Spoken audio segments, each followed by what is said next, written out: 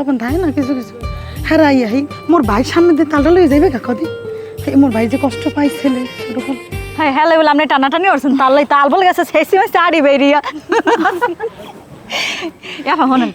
এই কসটির দিয়ে কিন্তু পুতুল বানান যায় ছোটকালে মোরাও বানাইতেন হ্যাঁ আপনারাও বল বানাইতেন আর ওই মগু বাড়তে যাইবেন এখন যা মনে বোন মন তো ভালো না বুঝছ না কোথাও যাইতে ইচ্ছা করে না মোর আপনি কইলি খেলে এক কথা শোনেন মায়ের কইছি মুট্টি পিঠে খামো হ্যাঁ আপনার এলাকায় তাল নাই হাতে কি হয়েছে মগ এলাকায় তাল আছে তাল পিঠে খাম হেইয়া গেছে হেইয়া আগের কত আগে চলে গেছে এখন কি আর হেইয়ার মন আছে যাই না আমি লন আমার তো আগেই কইছি লন আফারে লই যাবো মায় বই রইছে আমি অপেক্ষায় আফার আমি লন তোরা তো কস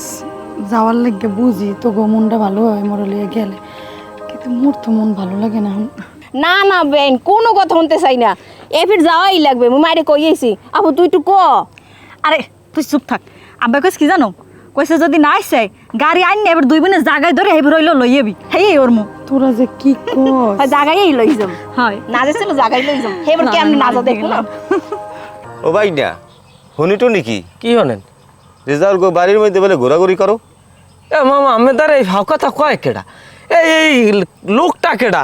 আমি থাই ব্যস্ত আমার বন্ধু বান্ধব লই আমি থাই নানান টেনশন আমার কি সময় আছে আর একবারই আশেপাশে যাই ঘুরঘুর করার এলাকার লোকজন তো আমার দ্বারে বলে এলাকার লোকজনের তো খাইলে কাম কাজ নেই বাইক না তোমার যদি পছন্দ থাকে হেলে আমাকে দ্বারে কও তোমার বাপ মার লাগে কথা হইয়া তোমার একটা বিয়ে শাদী করাই দিই তা মামা হ্যাঁ যদি ওই থাকে ওরম কোনো জায়গা পছন্দ হ্যাঁ তো আমি দাঁড়ে না করতে পারলেও মামির দিয়ে কব না সমস্যা নেই তা মামির দ্বারাই কইও হেলে ঠিক আছে ঠিক আছে বাইক না হুশ করে চললো মানুষ যাতে না যায় ঠিক আছে সেটা দেখো আমি গেলাম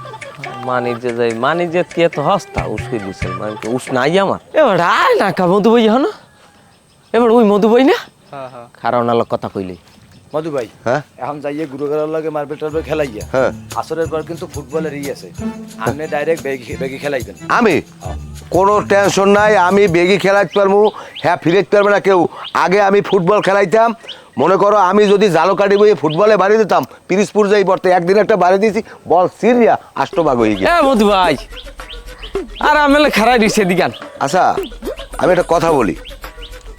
তুমি আমারে ভাই বলাও কোন রাবিদে আমি কি তোমার ভাইয়ের বয়সী তোমাকে আর এই শেষরা পোলাবানের জন্য এই সমাজটা নষ্ট হয়ে যাইতে আছে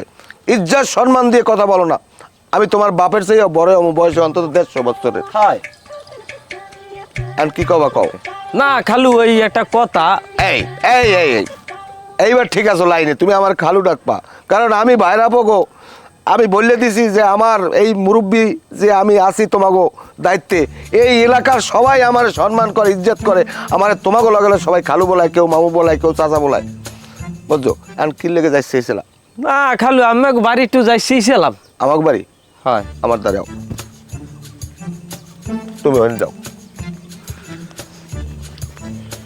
আমাকে বাড়ি যখন যাবা তোমার দ্বার 500 টাকা হয় 500 দেও দি